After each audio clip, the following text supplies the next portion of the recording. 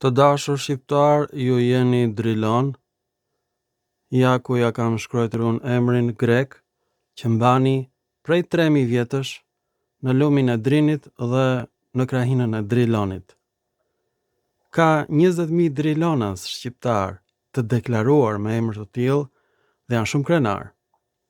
Do thot organ mashkullor në greqisht. Driloni. E kuptoni driloni, shqiptari, kush je ti? Tani duhet kuptosh diçka. Është krijuar një urrëtie e jashtëzakonshme e akademikëve shqiptar për banorët e Thethit. Dhe thethianët nuk e dinë nga del kjo urrëtie. Ç'është kjo mynxyrë ndaj Thethit?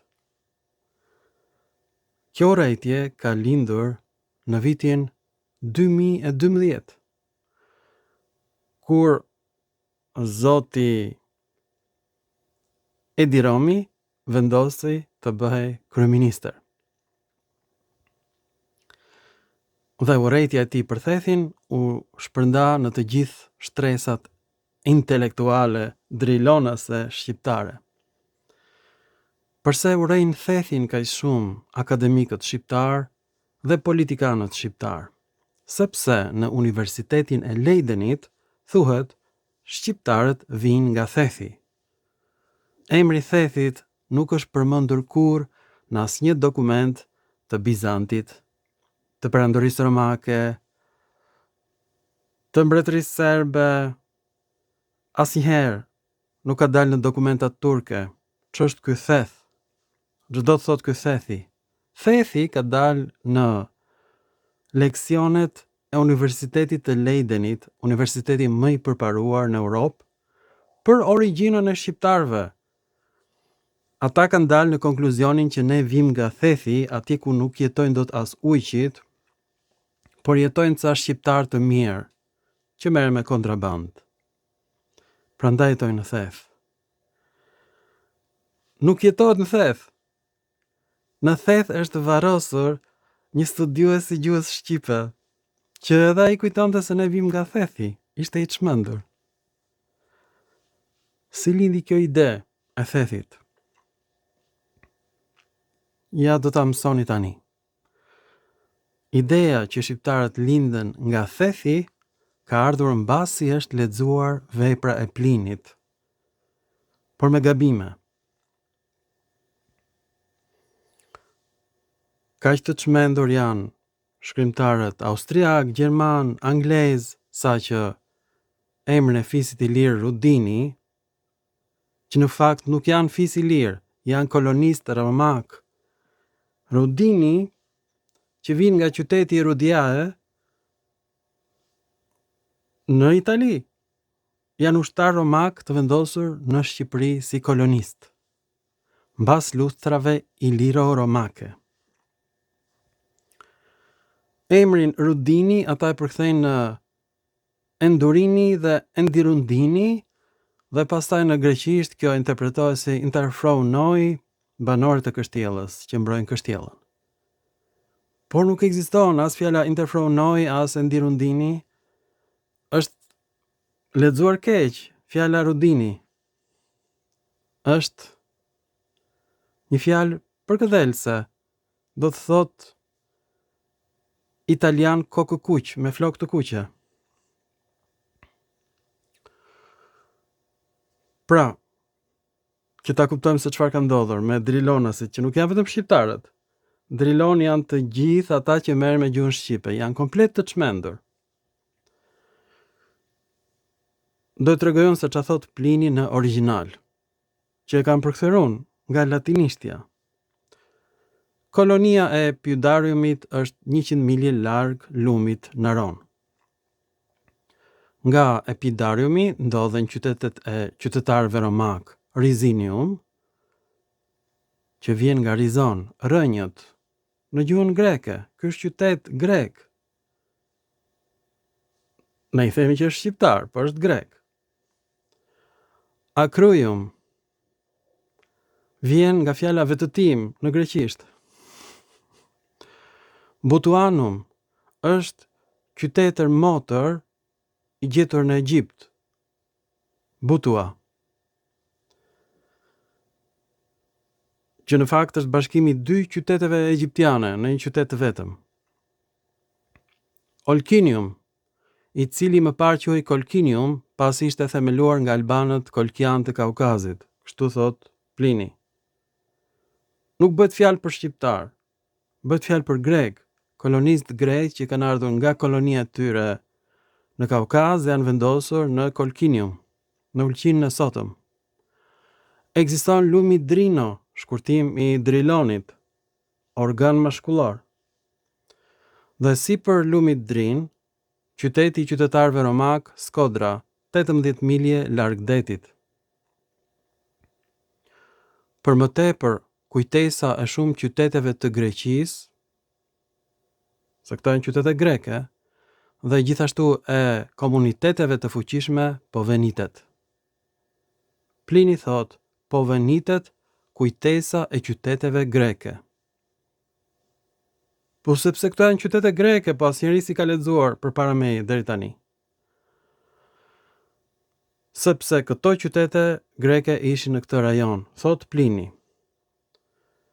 Këto komunitete ishin Labeat, nga fjala labia, buza e organit femëror. Senedi, nga fjala senex, do thot i vjetër në gjuhën latine. Rudini, do thot romak me flok të kuqe. Rudae. Sasaei, do të thot shkëmb në gjuhën latine. Sason i thon shkëmbit, është emri Sazanit, sepse ky fis ka ardhur nga veriu dhe është vendosur në Sazan, dhe Grabaei, që e nxjerrin me origjinë nga gjuhët slave. Grabaei. Por Plini thot që janë grek. Dhe ata që me të drejtë quhen Ilir. Pra ky është fis më vete, fisi i Ilirëve, përkrah Rudinit, Sasaeit, Grabaeit, Senedit dhe Labeatëve. Pra nuk janë këto fise ilire, por Ilirët ishin përkrah këtyre fiseve dhe pastaj Plini thot, me të drejtë, po ashtu edhe Taulanti dhe Pyraei ruajnë emrin e tyre. Taulanti, e kam gjetur unë, vjen nga fjala taulas, i thon tryez. Tavlas, i thon në greqisht sot. Loja tavlës është emri taulantëve dhe jo i dallëndyshës, siç mendon Akademia e Shkencave të Shqipërisë. Do ta shikojmë ne në një film tjetër dhe emri Pyraei do të thot zjarri. Pirgu ku digjen kufomat. Pyraei merreshin me djegjen e kufomave. Por ai thot që janë fisë të tjera, jo ilire. Pra ilirët janë fisë më vete. Ilirë nuk janë Taulanti, ilirë nuk janë Pyraei, këto janë fisë greke, thot Plini Vjetër. Në Bregdet është kempi Nymfaeum, nga fjala nymfa, nimfë në greqisht, emër grek, qyteti Lisum i Lezhës, qytet i qytetarëve romak është 100 milje larg Epidariumit. Lezhë e sotme. Vjen nga fjala Lisos, do thot gur i lëmuar i Apollos, zbulimi im. Emri Lezhës është emër grek gjithashtu, po ashtu dhe emri Vlorës është emër grek, Aulona. Apollonia është emër grek. Të gjitha emrat e qyteteve ilire janë grek, këtë kam zbuluar unë, po përpara meje e ka thënë 2000 vjet më përpara Plini Vjetër këtë, dhe e ka shkruar. Pra ilirët ishin vetëm një fis i vogël pranë Shkodrës, dhe ai quan ata grek. Edhe monedat e labiatanëve janë në greqisht në numrin shumës gjinore. Koinon labiatan, zbulimi im, është dialekti dorik. Plini thot që janë grek, monedat janë në greqisht, emri është buza e organit femëror, për buzë liqenit të Shkodrës. Dhe nuk ka asnjë emër shqiptar këtu, asnjë qytet. Edhe emri i Ulqinit, sipas Plinit, është Olkinium dhe vjen nga Kolkinium, nga Kolkis i Kaukazit. Koloni greke atje. Albanët janë grek. Stema e Principatës së parë shqiptare Arbanon është një shqiponjë me një kokë e bardhë, që është shqiponja e grekërve pontik. Shikoni në internet do ta gjeni. Kjo është shqiponja origjinale e shqiptarëve, shqiponjë bardhë. Dhe këta quhen alban në greqisht, albanoi. Nuk ka absolutisht asnjë emër të vetëm, jo vetëm të qyteteve, po lumenjve, drilon, organ mashkullor që ta shtrydhësh mirë, ti nxjerrësh mjaltin dhe kosin dhe ta pish i dashur shqiptarit të bëft mirë, se s'ka emra shqiptar, se si ishte krijuar gjuha shqipe akoma. Gjuha shqipe është krijuar mbas rënies së perandorisë romake. Dhe kjo dallohet me shumë fjalë, po ato që janë më të dukshme: kabalus në kal, amicus në mik, medicus në mjek, dhe lista shumë e gjatë e fjalëve nga latinishtja në shqip. Gjuha shqipe sillet sikur të ishte gjuhë bie latinishtes, që ta dini. Pjesa dërmuese e fjalëve të shqipes janë fjalë një rrokshe nga fjalë shumë rrokshe të latinishtes që janë shtrydhur sepse truri i shqiptarit është sa koka e drilonit. More, ju bëhuni pellazg, ju bëhuni pradeshas, ju bëni çfarë të doni, mund të ndroni dhe besimin, bëhuni podeshët musliman, katolik, ortodoks, nuk e ndryshoni dot faktin që ju nuk keni histori, sepse ju keni qenë skllëvër. Fisi më i madh i lirë quheshin penestët, që mbulonte të gjithë Dibrën, dhe Dibra e merr emrin nga greqishtja që ka marrë këtë fjalë nga gjuha siriane. Debora i thon bletës, dhe është emër nga Bibla, Dhjata e vjetër, Debora. Dhe ky është emri i Dibrës, dhe Dibranët nuk e dinë, pse se janë drilon, që të gjithë. Pra ky është emri ynë i përbashkët. Ju nuk ndryshoni dot kur. Është kodi juaj gjenetik që i shkurton fjalët. Sa më të madhe ta ketë kafkën shqiptari, aq më të vogël e ka trurin, sepse kjo është kock. Është si truri i dinozaurit, është sa një kokër arre, megjithëse kafka është shumë e madhe. Pra nuk do të thot asgjë vëllimi i kafkës, por vëllimi i trurit është shumë i vogël tek shqiptari.